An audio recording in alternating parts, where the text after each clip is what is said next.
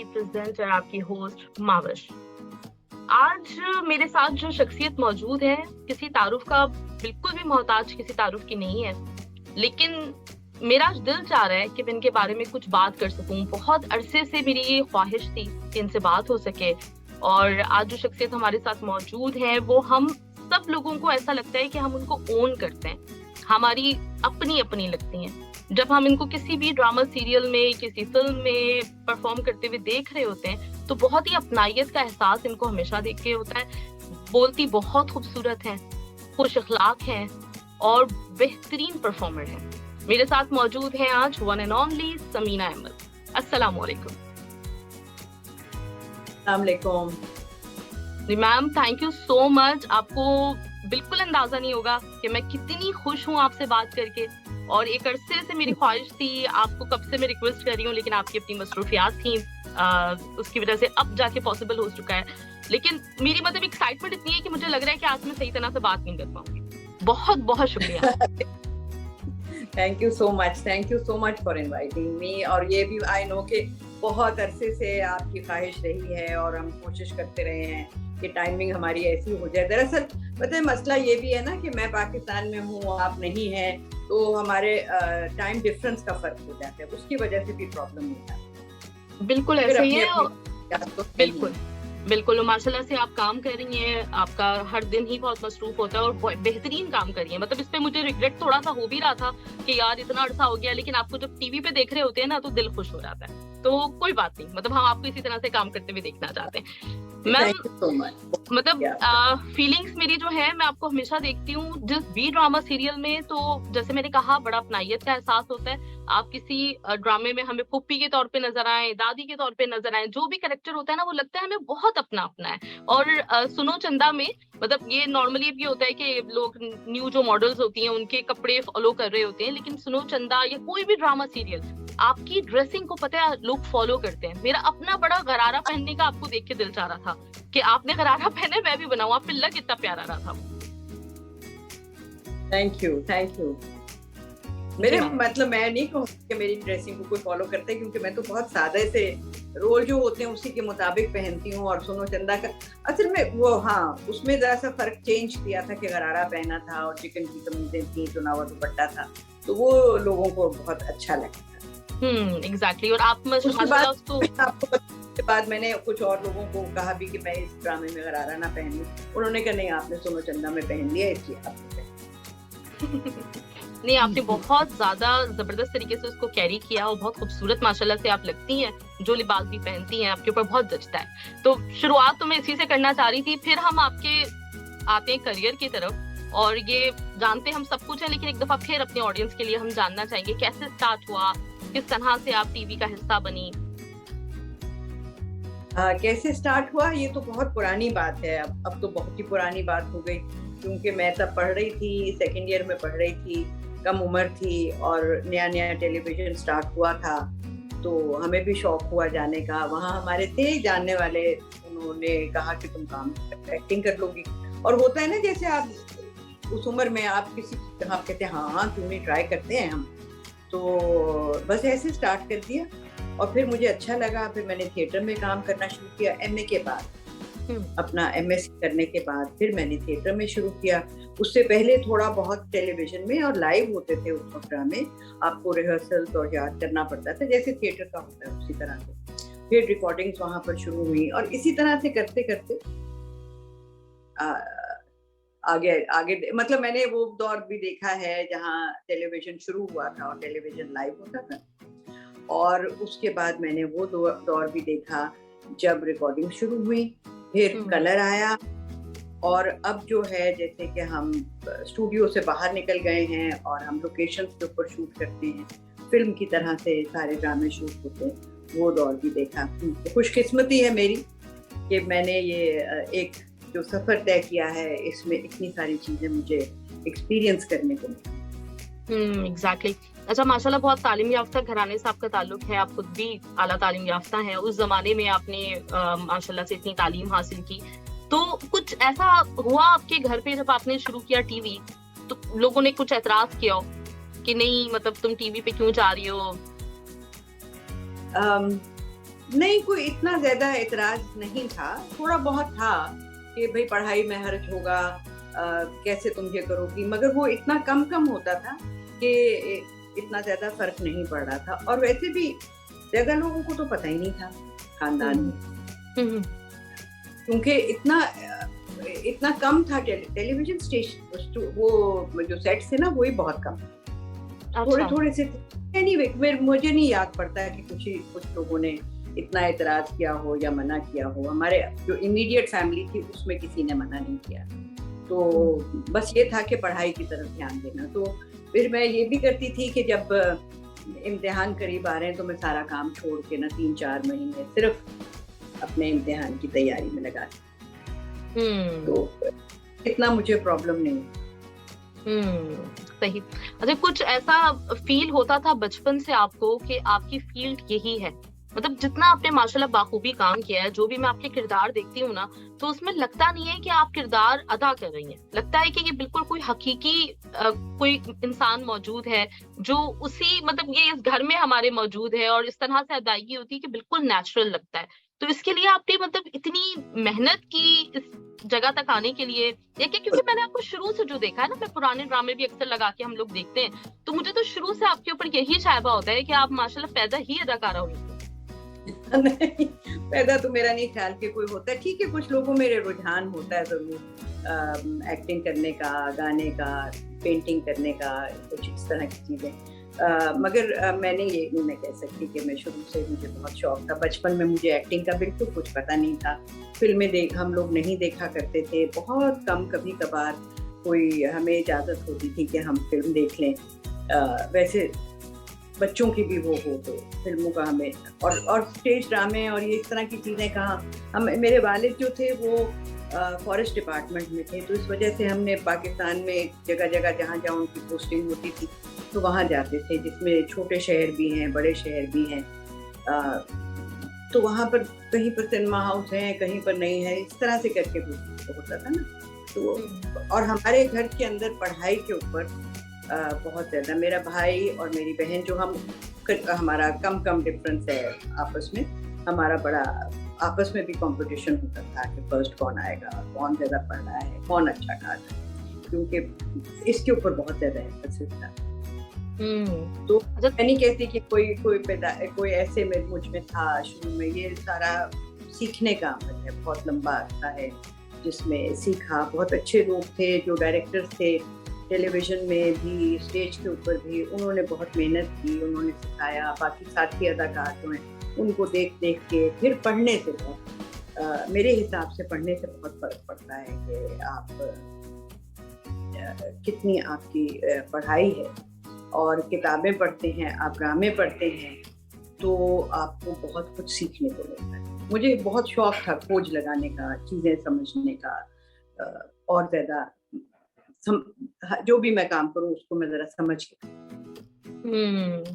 बिल्कुल। अच्छा, थिएटर आपने बहुत अरसे किया और पूरे थिएटर को आपने एक तरह से रन किया इतने अरसे, तो इसके लिए उस वक्त में कोई ऐसी तरबियत का कोई जरिया मौजूद था, या फिर ये आपके अंदर जो सलाहियतें हैं कायदाना, मतलब आप माशाल्लाह पूरा थिएटर चला रही थी, तो वो कैसे, वो सीखते सीखते आ गया?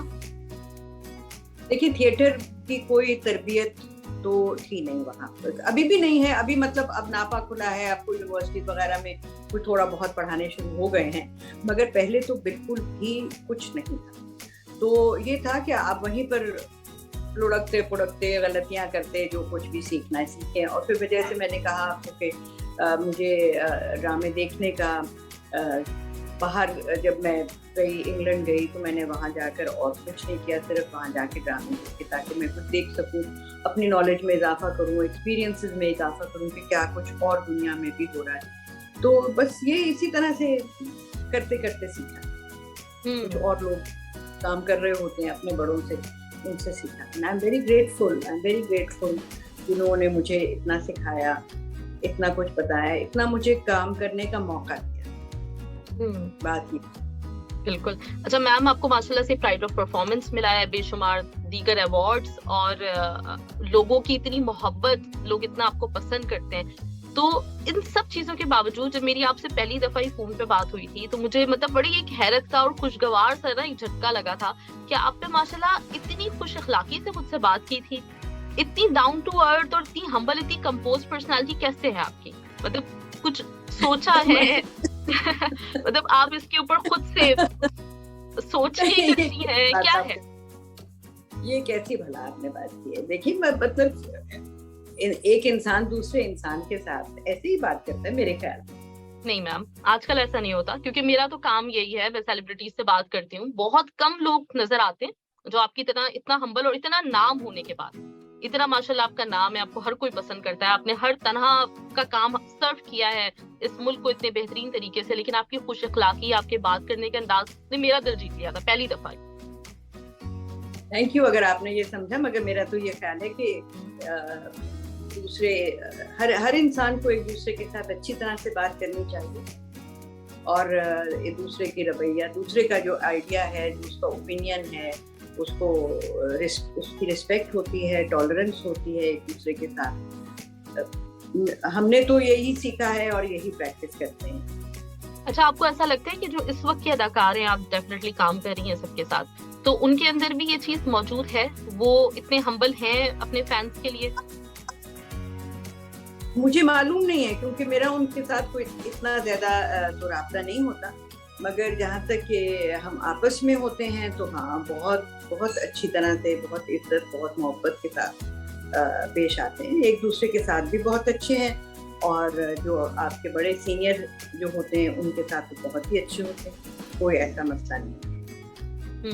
मगर मुझे नहीं मालूम कि वो अपने फैंस के साथ, पता है मैं तो आपसे एक बात शेयर करूं, और आपके प्लेटफॉर्म से मैं एक बात और लोगों पर भी बातें करूं कि देखिए, फैंस होते हैं, आपको भी थोड़ा सा लिहाज करना होता है दूसरे बंदे का। कुछ लोग ये भी इस तरह से करते हैं कि वक्त बेवक्त फोन करते हैं। अब रात 2 बजे अगर आप फोन मुझे करेंगे तो मैं फिर अच्छी तरह से तो बात नहीं करूंगी, या तो हो सकता है मैं फोन ही ना उठाऊं, हो सकता है अगर फोन उठा लूं कि भाई पता नहीं किसका फोन है, कोई इमरजेंसी है, कोई ऐसी बात है, तो आगे से वो ये अपना नाम भी नहीं बताते और सिर्फ बात करना चाहते हैं, तो ये तो जरा बुरी बात है ना। तो फिर जाहिर है झिड़क देगा इंसान और फोन काट देगा। तो ये भी सोचने की जरूरत है लोगों को, जो फैंस हैं वो फोन करें, पहले मैसेज कर दें कि मैंने आपसे बात करनी है और मैं किस वक्त आपसे बात करूं, और अच्छी तरह से बात करें। कुछ लोग बहुत बदतमीजी से बात करते हैं, ये भी मैं आपके साथ शेयर, फिर फोन बंद करना। ये सही कह रही है। अगर जो अगला बात करने वाला है, जैसे आप अपने आप को इंट्रोड्यूस करते हैं कि जी मैं फलां फलां हूँ और मैंने आपसे बात करनी, तो अगला बात सुन लेता है ना फिर आराम से। बिल्कुल एग्जैक्टली सही कह रही हैं आप। अच्छा, वारिस माशाल्लाह इतना शानदार जबरदस्त ड्रामा, आज तक उसका नाम लिया जाता है, उसमें भी आपने काम किया। फिर अभी आजकल आप रिसेंटली बहुत काम करी, हमसफर, मेरे हमसफर जो है बहुत पॉपुलर चल रहा है और आपके किरदार को बहुत पसंद किया गया। सुनो चंदा, बारात सीरीज, तो ये सारे ड्रामे, मतलब वहाँ से अगर अब तक का सफर आप देखें तो आपको कितनी तब्दीलियां महसूस होती हैं और आप इसको मजबूत तौर पे देखती हैं। पहले जाएं, फैमिली फ्रंट देखें, फैमिली फ्रंट बिल्कुल, टच कप देखें, अक्कड़ बक्कड़ देखें, वारिस है जो मुझे ऐसे याद आते हैं सीरियल्स उसमें, तो ये सारे हाँ बहुत लंबा, मतलब देखिए 50-55 साल हो गए मुझे काम। तो आपको क्या तब्दीलियां महसूस होती हैं, और ये पॉजिटिव तब्दीलियां हैं आपके हिसाब से, या फिर लगता है आपको कि कुछ चीजों में हम जो है वो जवाल का शिकार भी हो रहे हैं? पॉजिटिव है। देखिए, एक चैनल से बढ़ के आपके एंटरटेनमेंट के अगर 6 चैनल हैं आज, तो ये एक पॉजिटिव बात है मेरे में कि ज्यादा लोग काम कर रहे हैं, ज्यादा वैरायटी है, ज्यादा क्रिएटिव लोग हैं जो कि इस फील्ड में आ रहे हैं। ये तो एक पॉजिटिव बात है। दूसरी बात ये है कि आपके सब्जेक्ट्स क्या हैं, आप किस तरह का काम पेश करना चाहते हैं, उसके ऊपर में मुझे यूँ लगता है कि हमें और ज्यादा ध्यान देने की जरूरत है। हम बहुत ज्यादा घर के अंदर हो गए, हमें जरा सा घर से बाहर निकलने की जरूरत है। अपनी कहानियों में हमने कुछ कहानियां घरेलू की, तो उसके बाद में हम बिल्कुल घर के अंदर की कहानियां कर रहे हैं।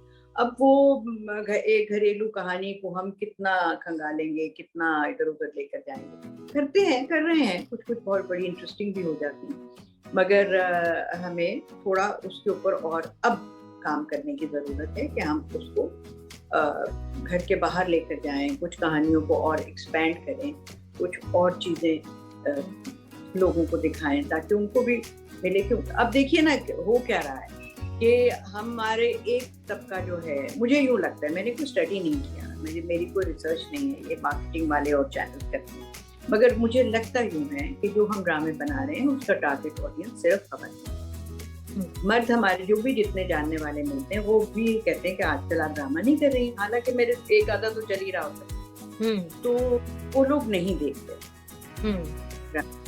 जो हमारा नौजवान तबका है, जो लड़के हैं या जवान लड़कियां हैं जो पढ़ रहे हैं, स्टूडेंट्स हैं, वो भी नहीं देखते, वो कम देखते हैं।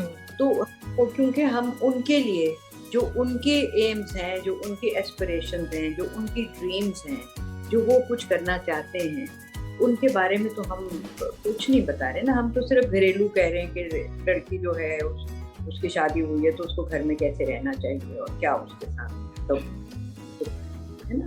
तो थोड़ा सा हमें निकलने की जरूरत है। दूसरी बात ये भी मैं कहूँगी, ये ठीक है एक किस्म का ड्रामा जो आपका प्राइम टाइम के ऊपर चल रहा है वो जरूर चले, मगर हमारे चैनल्स को ये सोचने की जरूरत है कि क्या सिर्फ एक ही तरह का ऑडियंस तो नहीं है ना, तो और तरह के चले। आप ऑफ प्राइम में करते हैं, जब 10 बजे से 11 बजे का जो स्लॉट है उसमें थोड़ा सा एक्सपेरिमेंटेशन की गुंजाइश रखें, कुछ जरा नया डिफरेंट किस्म का सब्जेक्ट मैटर, डिफरेंट तरह से और चीजें जो घर से बाहर निकल के, और लोग हैं जो लिखना चाहते हैं और करना चाहते हैं, तो थोड़ा सा उसकी तरफ ध्यान देने की जरूरत है। सही, ग्रेट।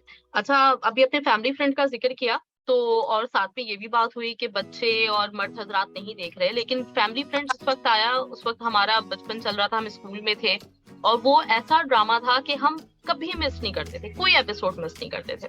और उसमें सिर्फ आप एक्ट्रेस के तौर पे आपने नहीं किरदार निभाया था, बल्कि उसमें आप आई थिंक प्रोडक्शन भी आपकी थी। कुछ मेरे ख्याल मैंने कोई 100 के करीब एपिसोड्स डायरेक्ट किए थे। प्रोडक्शन वो मेरी, प्रोड्यूस मैंने किया, मेरा पहली प्रोडक्शन, पहली दफा मैंने वो स्क्रिप्ट लिखवाया, उसका सारा सब कुछ जो भी प्रोड्यूसर करता है, आइडिया, कॉन्सेप्ट, वो करके लिखवाया था डॉक्टर यूनुस भट्ट से। और क्या लिखा था उन्होंने, और क्या बहुत जबरदस्त एक्टर, बहुत जबरदस्त, बिल्कुल। मतलब वो कॉमेडी मैं ये कहूंगी कि एक ट्रेंड सेटिंग बन गया था, उससे पहले सिटकॉम्स नहीं हुए। एग्जैक्टली, बिल्कुल ऐसा। कॉमेडी, टाइमिंग, डायरेक्शन, मतलब सब कुछ इतना परफेक्ट था कि आज भी मैं अपने अब बच्चों को दिखाती हूँ तो वो भी उतना ही एंजॉय करते हैं, जबकि मतलब कितना टाइम गुजर चुका है, लेकिन अभी भी हम वैसे एंजॉय कर रहे होते हैं।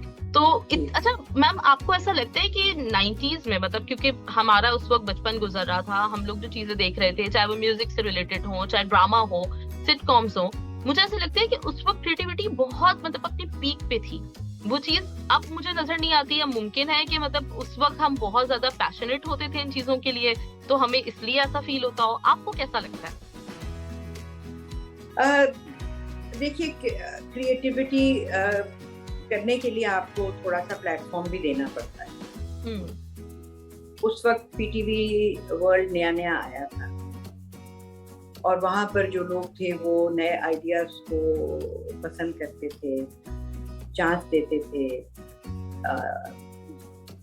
तो ये भी बड़ी एक बात होती है, उससे भी इंसान का पैशन शुरू होता है। और पीटीवी जो मेन स्ट्रीम था, वहाँ पर जिन लोगों को काम नहीं कर सकते थे, मतलब मैं ड्रामा प्रोड्यूस नहीं कर सकती थी, वहाँ तो अपने प्रोड्यूसर थे, उनका अपना एक तरीकेकार था। तो यहाँ प्राइवेटली आप करते थे, आप पायलट बनाते थे, वहाँ कमेटी में लोग बैठते थे और वो कहते थे हाँ ये अच्छा है, इसको कर लो या इसको चेंज कर लो, या साथ मिलके हेल्प कर देते थे। तो उस वक्त एक जज्बा था कि हमने अपने टेलीविजन को एक चेंज देना है और लोगों को इसमें शामिल करना है, और तरह तरह के ड्रामे हमने करने हैं। तो ये उस वक्त था। तो उसके बाद में भी काफी अरसे तक ये बाकी चैनल्स भी, जो प्राइवेट चैनल्स भी आए, ये लोग भी एक्सपेरिमेंटेशन भी थी, जो थे अफसानों लिटरेचर के ऊपर अफसाने लेकर के उसके ऊपर भी ड्रामे बने, काफ़ी ड्रामे उस पर बने और टेली फिल्में बनी, उसमें बड़े बड़े अच्छी फिल्में बनी, बहुत अच्छे सब्जेक्ट्स भी हुए। अब ये कहना कि हर एक चीज़ ही बहुत अच्छी हो वो भी ज़रा ज़्यादती हो जाती है, क्योंकि कुछ अच्छा होता है, कुछ बुरा होता है, कुछ चलता है, कुछ नहीं चलता, ये तो चांस की बात होती है। तो अब इतने ड्रामे बनते हैं, इतने सारे होते हैं, कुछ अच्छे होते हैं, कुछ नहीं इतने अच्छे होते हैं, है ना। तो मगर अब ये है कि अब जरा बहुत ज्यादा चैनल्स का कंट्रोल है, तो इसलिए थोड़ी सी एक्सपेरिमेंटेशन जो है वो कम है। मगर लोग बहुत शौक से करते हैं, बहुत दिल लगा के काम करते हैं। ये मैं आपको बताऊं, मैं सेट्स पर देखती हूँ, सब लोग बहुत दिल लगा के काम करते हैं। कोशिश यही होती है कि हम अच्छे से अच्छा काम करें, सब कोशिश होती है। एक्टर की नहीं, सिर्फ डायरेक्टर की भी, कैमरामैन, मेकअप, सब लोग जुड़ के काम करते हैं और चाहते हैं। बिल्कुल बिल्कुल। अच्छा, मेरे पास काफी सारे सवाल मैसेजेस आपके लिए हैं, तो वो मैं जरूर शामिल करना चाहूंगी। बहुत अरसे से मेरे पास इंस्टा पे रिक्वेस्ट आ रही थी आपके लिए कि समीना अहमद का इंटरव्यू कब हो रहा है, समीना अहमद का इंटरव्यू कब हो रहा है। तो इनके साथ ज्यादती हो जाएगी अगर इनके सवाल और इनके मैसेज शामिल नहीं हुए। अंबर वहीद है, इन्होंने बहुत ही खुशी का इजहार किया आपके आने पे, आपको वेलकम कहा है। असमत आफरीदी ने भी कहा है कि most welcome the legendary Samina Ahmad. Baraat series, ये एक पेज बना हुआ है, और उन्होंने कहा है कि आप प्लीज ये बताइए कि आपका फेवरेट बारात सीरीज का कैरेक्टर कौन सा था। क्या चीज? आपका फेवरेट कैरेक्टर कौन सा था बारात सीरीज में? बारात सीरीज में मेरा फेवरेट कैरेक्टर जो मैं कर रही थी वो था। ओके। और इन्होंने ये भी पूछा है, बाकी सब बहुत अच्छे थे, मगर मैं जाहिर है कि जो मैं कर रही थी वो मेरा फेवरेट था, वरना मैं क्यों करूं। एग्जैक्टली। और इन्होंने ये भी पूछा है कि बारात सीरीज का कुछ चांस है कि दोबारा इसको कंटिन्यू किया जाए? बिल्कुल नहीं।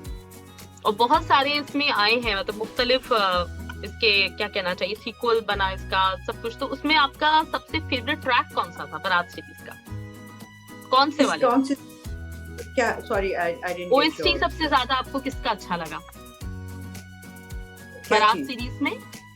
हाँ, मुख्तलिफ इसके जो है वो एक के बाद एक सीरीज आती थी, एक के बाद एक, कभी इसकी आएगी बारात, तो वो उसमें आपका सबसे फेवरेट ओएसटी किसका था?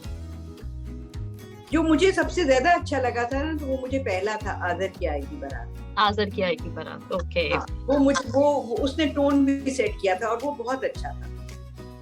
और उसके बाद में फिर डॉली की आएगी बारात, वो भी बहुत मजे का था। फिर जो टुवर्ड्स द एंड को जरा बहुत ज्यादा बारातें हो गई थी, तो जरा कंफ्यूजन हो गई थी। सही। अच्छा, और इन्होंने ये भी पूछा हुआ है कि आप बारात सीरीज की कोई ऐसी चीज जो बहुत मिस करती हो? नहीं, ऐसी कोई बात नहीं है कि मैं कोई ऐसे सीन हूँ जो कोई चीज ऐसी जो मैं मिस करती हूँ। उसमें मैं सिर्फ ये कहूंगी कि जब हम वो लोग कर रहे थे ना, हमने बहुत मजा बहुत किया, बहुत लुत्फ बहुत आती। उसमें देखिए, एक बात ये थी कि हम बहुत सारी सहेलियां इकट्ठी थी। सबा उसके अंदर उसमें थी, बुशरा उसमें थी, मैं थी। हम लोगों का एक अरसा हमने साथ गुजारा हुआ है। हमने शुरुआत जब टेलीविजन की थी तब से काम कर रहे हैं, तो हमें वो बड़ा अच्छा लगता था कि हम सब साथ हैं। और फिर मरीना खान जो डायरेक्ट कर रही थी और नदीम जो डायरेक्ट कर रहे थे, वो भी बहुत दोस्त थे। तो इस वजह से, और बाकी जो यंग लोग थे वो भी फिर बहुत, अब इतनी अच्छी दोस्तियां बन गई उसके बाद कि हमने इतना अरसा इकट्ठा जो गुजारा, इतने सारे सीन्स जो किए, एक दूसरे को हेल्प आउट किया, वो एक बहुत ही उस लिहाज से बहुत ही अच्छा था कि हमारे पर्सनल लिहाज से भी बहुत अच्छा था। ड्रामा तो अच्छा थी, मगर हमारी पर्सनली जो हम इंटरेक्शन हमारे आपस के थे, जो एक दूसरे के साथ मिल बैठना, जब इंतजार कर रहे हैं अपने सीन का, वहाँ पर हम सब, जावेद शेख है तो बाकी लोग भी जो हैं, हम सारे इकट्ठा बैठ के जो बातचीत होती है, पुरानी बातें हैं, नई बातें हैं, हंसी मजाक है, ये उसमें वो उसका एक बहुत बड़ा प्लस फैक्टर था उस ड्रामे का। जो अगर आपको इंतखाब का मौका मिले ना, वो सारे बहुत दोस्त थे। अच्छा, अगर आपको दोबारा मतलब इंतखाब का मौका मिले, सुनो चंदा या बारात सीरीज, तो किसका इंतखाब करेंगी आप? भाई ये मैं सवाल का जवाब नहीं दूंगी, क्योंकि दोनों हमारे बहुत फेवरेट हैं। दोनों में से कोई भी हो जाए इस बोल।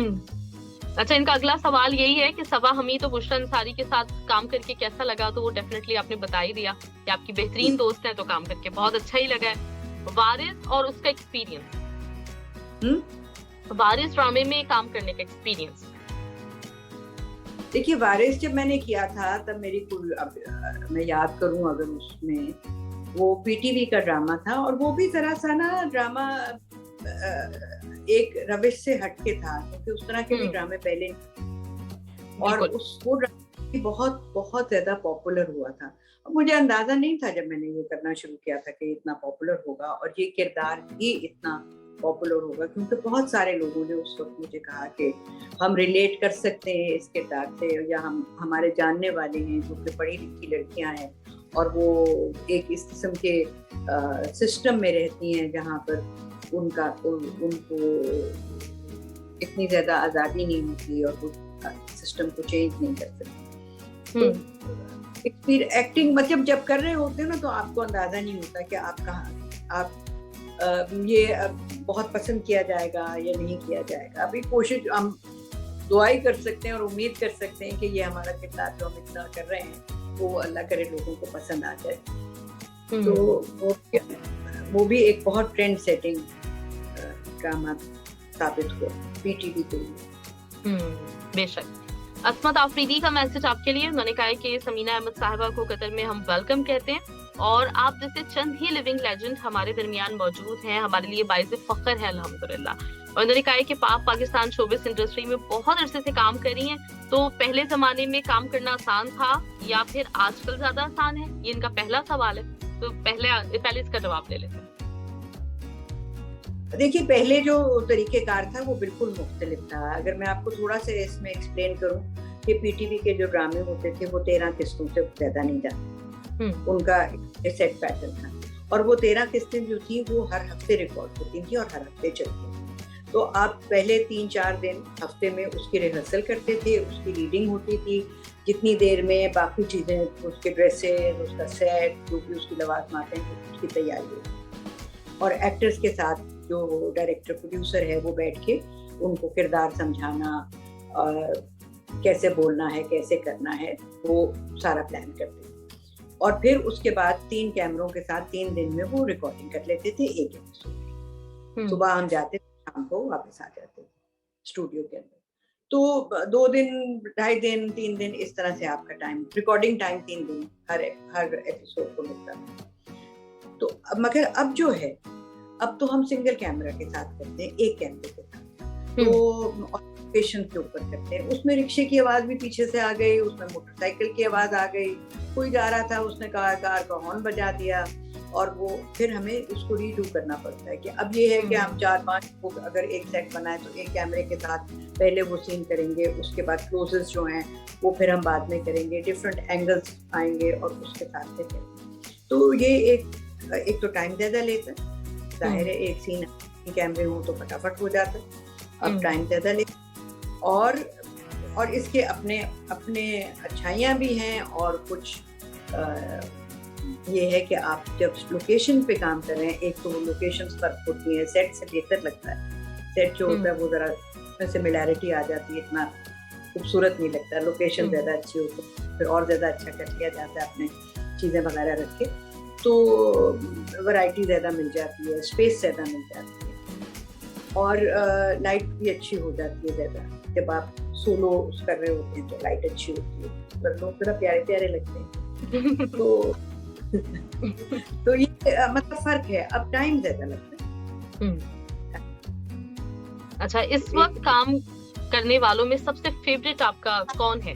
मतलब अगर आप कोई एक नाम लेना चाहें, इस वक्त जो यंग लोग हैं जो काम कर रहे हैं, उसमें सबसे फेवरेट आपका कौन है? मुझे जो काम अब जो कर रहे हैं उसके अंदर 2-3 लोग मुझे यूँ लगता है कि इनमें बहुत ज्यादा पोटेंशियल है और ये बहुत आगे जा सकते हैं और जाएंगे। एक तो हमारी प्यारी बच्ची है यमुना जैदी, बहुत अच्छी एक्टर है, बहुत अच्छी एक्टर बन गई है, और ये भी बहुत अच्छी, मगर अब तो कमाल का काम कर रही है, वो है। और जो मुझे एक बिल्कुल न्यू सी नजर आ रही है वो मुझे रिमशा नजर आ रही है। उसमें भी बहुत पोटेंशियल मुझे नजर आ रहा है। बाकियों में मतलब मैं ये देख रही हूँ जिनके साथ मैंने काम किया है, बहुत सारे और भी बच्चे हैं जिनके साथ मैंने काम नहीं किया या मैंने उनका काम नहीं देखा। आई एम सर्टेन देयर, मैं पहले भी कह चुकी हूँ कि सब लोग बहुत कोशिश करते हैं, बहुत मेहनत करते हैं सीखने की, पूछते हैं कि इसको अगर आप बताएं कुछ तो वो सुनने को तैयार हैं कि इसको ऐसे कर लो, इसको ऐसे ना कर ले। तो लोग फुल अपना 100% से कोशिश करते हैं। अब ये जो बच्चा है हमारी प्यारी हानिया, इसने हम सफर में कितना खूबसूरत काम, बहुत खूबसूरत काम किया। बिल्कुल। तो ये भी मुझे नजर आता है कि ये भी बहुत अच्छी है, बहुत अच्छी। और मुझे ये दोनों फरहान और हानिया मुझे इसमें हम सफर में बहुत अच्छे लगे। फरहान भी बहुत अच्छा है। बिल्कुल, जबकि उनका बैकग्राउंड सिंगिंग का था। प्यारा इंसान है, बहुत अच्छा प्यारा इंसान है और बहुत अच्छा है। अच्छा, फेवरेट आपका स्क्रिप्ट राइटर कौन है जिसके साथ काम करके आपको हमेशा अच्छा लगता है, जिनके स्क्रिप्ट के ऊपर आप चाहती हैं कि मुझे इनका स्क्रिप्ट मिले तो मैं जरूर करना चाहूँ? फेवरेट कैरेक्टर कौन है? Script writer. स्क्रिप्ट राइटर्स का कोई मेरा ऐसा नहीं है, मगर यस अगर मैं बात करूँ तो फायजा इफ्तिखार का अगर स्क्रिप्ट होगा तो मैं जरूर काम करना चाहूँगी। उमेरा का स्क्रिप्ट अगर होगा तो मैं काम करना चाहूँगी। मोहम्मद अहमद का स्क्रिप्ट अगर होगा तो मैं ज़रूर काम करना चाहूँगी। बाकी मैं बहुत से लोगों को पर्सनली नहीं जानती हूँ, इनको मैं क्योंकि जानती हूँ इस वजह से भी कह रही हूँ। सही। और इसके साथ ही इनका सवाल यह है कि आपने बेशुमार किरदार निभाए हैं अब तक, आपका पर्सनल फेवरेट कौन सा है जो दिल के सबसे ज्यादा करीब हो? वैसे बहुत मुश्किल सवाल है मुझे अंदाजा है, फिर भी कोई एक बिल्कुल नामुमकिन नहीं, ये नामुमकिन सवाल है, इसका कोई जवाब नहीं होता, क्योंकि जब आप कर रहे होते हैं तो वो आपका फेवरेट कैरेक्टर होता है। आप उसमें देखते हैं कि हमने इसमें हम क्या कुछ कर सकते हैं और वही आप उसी वक्त का वो कुछ फेवरेट होता है, उसके बाद में वो निकल जाता है दिल से। सही, ठीक है। मतलब ये भी एक मैं कह सकती हूँ कि एक बेहतरीन अदाकार की जो ना खूबी होती है कि वो जो किरदार जिस वक्त निभा रहा होता है वो उस वक्त उसको मतलब उसमें होता है, लेकिन जैसे ही वो किरदार खत्म होता है तो वो उससे निकल के दूसरी तरफ बढ़ जाता है, दूसरे नए किरदार की तरफ। जबरदस्त, बहुत आला। जी मैम, अच्छा अब कुछ सवाल हम आपसे आपको जानने के लिए पूछेंगे, मुख्तसर आप इसका बिल्कुल जवाब दे सकती हैं। तो सबसे पहला सवाल, फोन का इस्तेमाल कितना होता है? मोबाइल फोन का कितना इस्तेमाल करती हैं और स्पीड डायल पे किसका नंबर रहता है? मोबाइल फोन का बहुत ज्यादा इस्तेमाल होता है, बहुत ज्यादा। अच्छा। और बहुत सारे लोग हैं जिनके साथ बहुत सी बातें करती हैं। अच्छा, कितने बजे तक आप सो जाती हैं? जब मेरे हस्बैंड मंजर कर यहाँ नहीं होते और वो मुल्क शहर से बाहर होते हैं तो फिर उनके साथ ज्यादा फोन का इस्तेमाल होता है, बाकी लोग जरा कम होते हैं, मगर मैं बहुत फोन इस्तेमाल करती हूँ। अच्छा, आपने मंजर साहब की बात छेड़ दी है तो क्योंकि बड़ी लोगों की ख्वाहिश होती है इस बात की कि आप दोनों को एक साथ देख सकें, तो मुझसे भी काफी लोगों ने कहा कि आप दोनों का साथ इंटरव्यू क्यों नहीं ले रही, तो उनको मैं बताने के लिए ये बता दूं कि भाई इस वक्त वो जर्मनी में है, वरना हमारा इरादा यही था कि हमने दोनों का इंटरव्यू साथ लेना है और इंशाल्लाह कभी मुमकिन हुआ तो हम ये सिलसिला भी जरूर रखेंगे। और तो मैम कैसा, मतलब ये साथ आपका कैसा है? क्योंकि आपने बात कर दी है तो उस पर मैं चाह रही हूँ थोड़ा सा उनके बारे में कुछ बात अगर हो जाए तो। मसलन क्या बताऊं, मुझे तो बहुत अच्छे लगते हैं। और कैसी फीलिंग्स होती हैं जब फोन पे, मतलब ये एक बड़ा मजेदार सा एक पीरियड होता है क्योंकि हम सभी गुजर चुके हैं इससे, तो जब फोन पे बात हो रही होती है ये सब कुछ, तो कैसा मतलब महसूस होता है? लेकिन अब फोन पे जो हम घर में आपस में एक दूसरे के साथ बात करते हैं कि ये हो गया, आज मेरा दिन ऐसा गुजरा, उन्होंने बताया मेरा ऐसा, हम सुबह पूछते हैं भाई आज का आपका क्या प्रोग्राम है, मैं पूछती हूँ आपका क्या प्रोग्राम है, क्या क्या कुछ करना है वो शेयर करना है, घर में खाना क्या पकना है, क्या हमने कहीं बाहर इकट्ठे जाना है कि नहीं जाना, या अपना अलग अलग हमारा प्रोग्राम है। तो इसी तरह से जब वो यहाँ नहीं होते तभी भी मैं ये पूछती हूँ सुबह उठ के कि भाई आज आपका क्या प्रोग्राम है, कहाँ जाना है आपने। हम एक दूसरे की जिंदगी को शेयर करने वाली बात है ना, कि हम चाहते हैं कि एक दूसरे के करीब रहें और एक जाने के हम एक क्या कुछ करते हैं आप सारे दिन में, क्या फीलिंग्स हैं, क्या बहुत अच्छा लगता ग्रेट। और यहाँ मैं ये भी जरूर कहना चाहूंगी कि मुझे लगता है कि पाकिस्तान का ना इस वक्त का सबसे मोस्ट फेवरेट कपल वो आप दोनों का है। इतना क्यूट लगते हैं आप दोनों माशाल्लाह से एक दूसरे के साथ, बहुत क्यूट लगते हैं। Thank you. अच्छा मैम, रूटीन अगर आपकी जान रही हूँ तो उसमें थोड़ा ये बताइए कितने बजे तक सो जाती हैं रात में, और दिन की शुरुआत जब होती है कितने बजे होती है और कैसे होती है? रात को मुझे हमेशा से आदत है रात को जरा देर से सोने की, क्योंकि एक आदत बन जाती है ना कि अगर आप काम रात को 10 बजे तक आपकी शूट चल रही है, या जब मैं थिएटर में काम करती थी तो 10 बजे तक, 10 साढ़े 10 बजे तक तो काम होता था।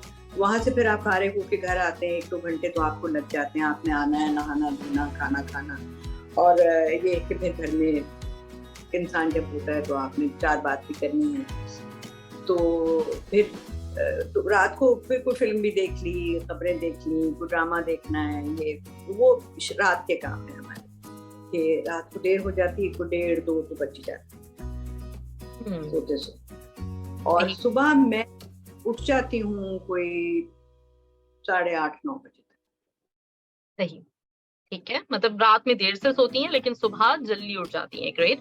और कैसे आगाज होता है सुबह का, मतलब उठते ही नाश्ता करने वालों में, या फिर थोड़ी सी कुछ वॉक वगैरह? उठते ही नाश्ता? नहीं, मैं तो उठते ही मुझे इतनी भूख लग रही होती है तो मैं तो कुछ खाना होगा, कुछ चाय पीनी है, कुछ फ्रूट खाना है, फिर वो उसके बाद में फिर बाकी दिन शुरू होता है।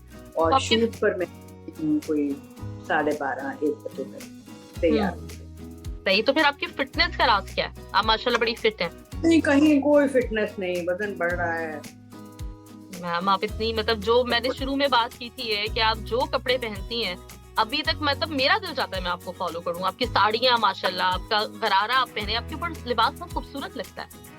नहीं, that's very kind of you to say that, thank you so much. मगर मैं कोई ऐसे पहले किया करती थी थोड़ी बहुत एक्सरसाइज, मगर अब बहुत सुस्त हो गई हूँ अपनी। मैं शुरू करूंगी, हर दफा हर रोज अपने आप को ये कहती हूँ कि मुझे करनी चाहिए थोड़ी सी। आपकी कोई इंस्पिरेशन, कोई एक शख्स जो आपकी जिंदगी में हमेशा इंस्पिरेशन रहा आपकी?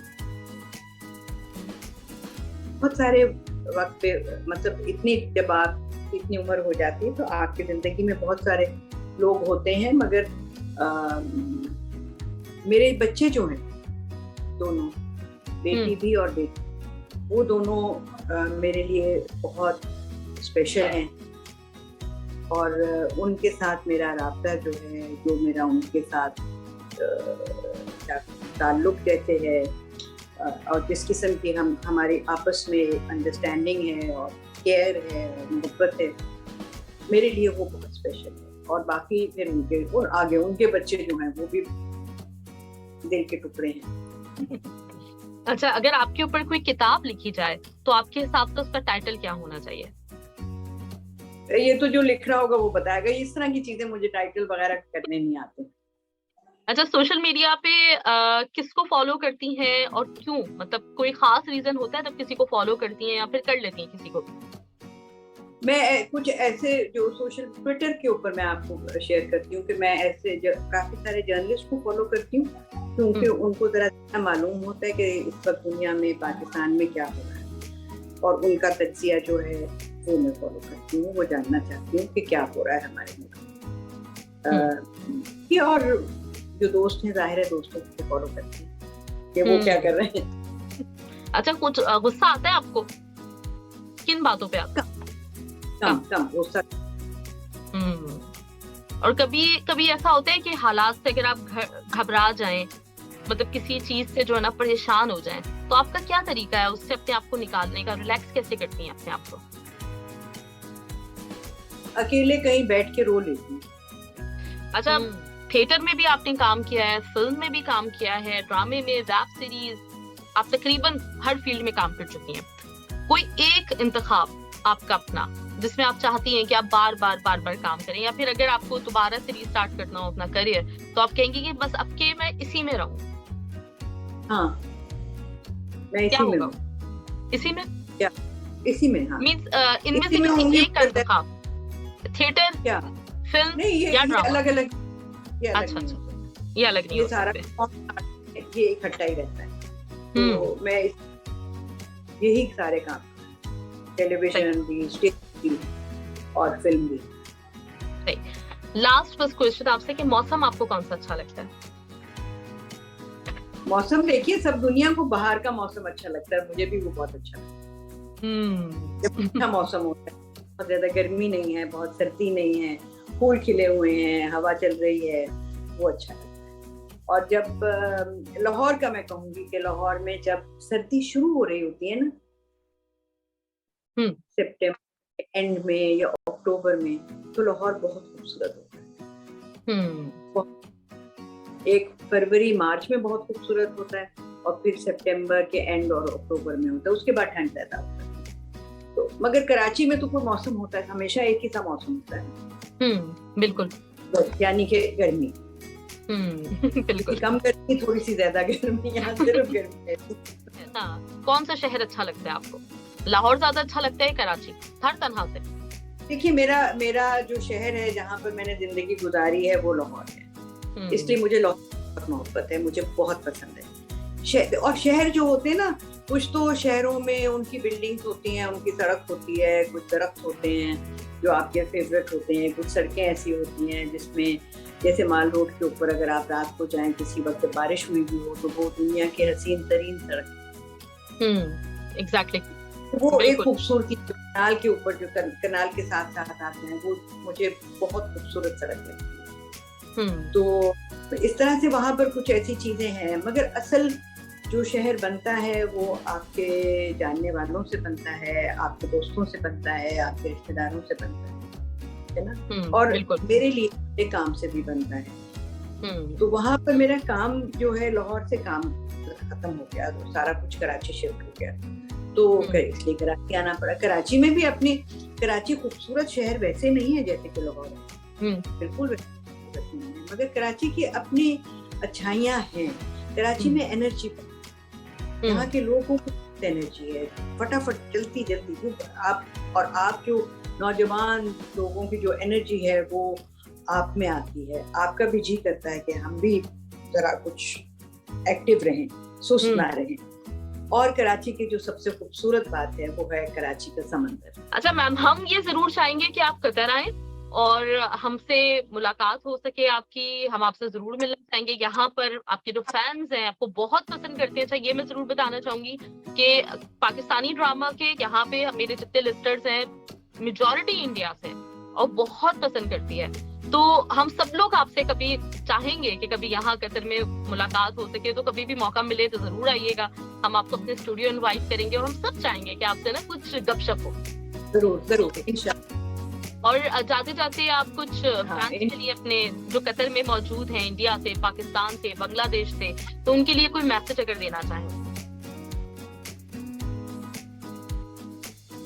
मेरा बहुत प्यार, बहुत सलाम सबके लिए, और आप हमारे ड्रामे देखते रहें और खुश रहें, आबाद रहें, अपने घर में बहुत खुश रहें। बहुत बहुत शुक्रिया ma'am, thank you so much. मैं तहे दिल से आपका शुक्रिया अदा कर रही हूँ, और इतनी मुझे खुशी हो रही है आज कि मेरी आपसे बात हुई है, और माशाल्लाह माशाल्लाह, मतलब जितना आप अच्छा काम करती हैं उतनी अच्छी इंसान है, मुझे बहुत अच्छा लगा है। और मैं कभी चाहूंगी कि अगर हो सके मैम तो जरूर मंजर साहब के साथ एक दफा जरूर हमें मौका दीजिएगा, क्योंकि लोग उनको भी सुनना चाहते हैं आपके साथ। बहुत बहुत शुक्रिया ma'am, thank you so much. बेशुमार दुआएं आपके लिए, अल्लाह आपको बहुत खुश रखे, और इसी तरह से आप हमें नजर आती रहें काम करती हुई, प्यारा प्यारा तो जिस तरह आप काम कर रही हैं इसी तरह हमें नजर आए, और हम आपके काम को देख के खुश हो सकें। Thank you ma'am, Allah Hafiz.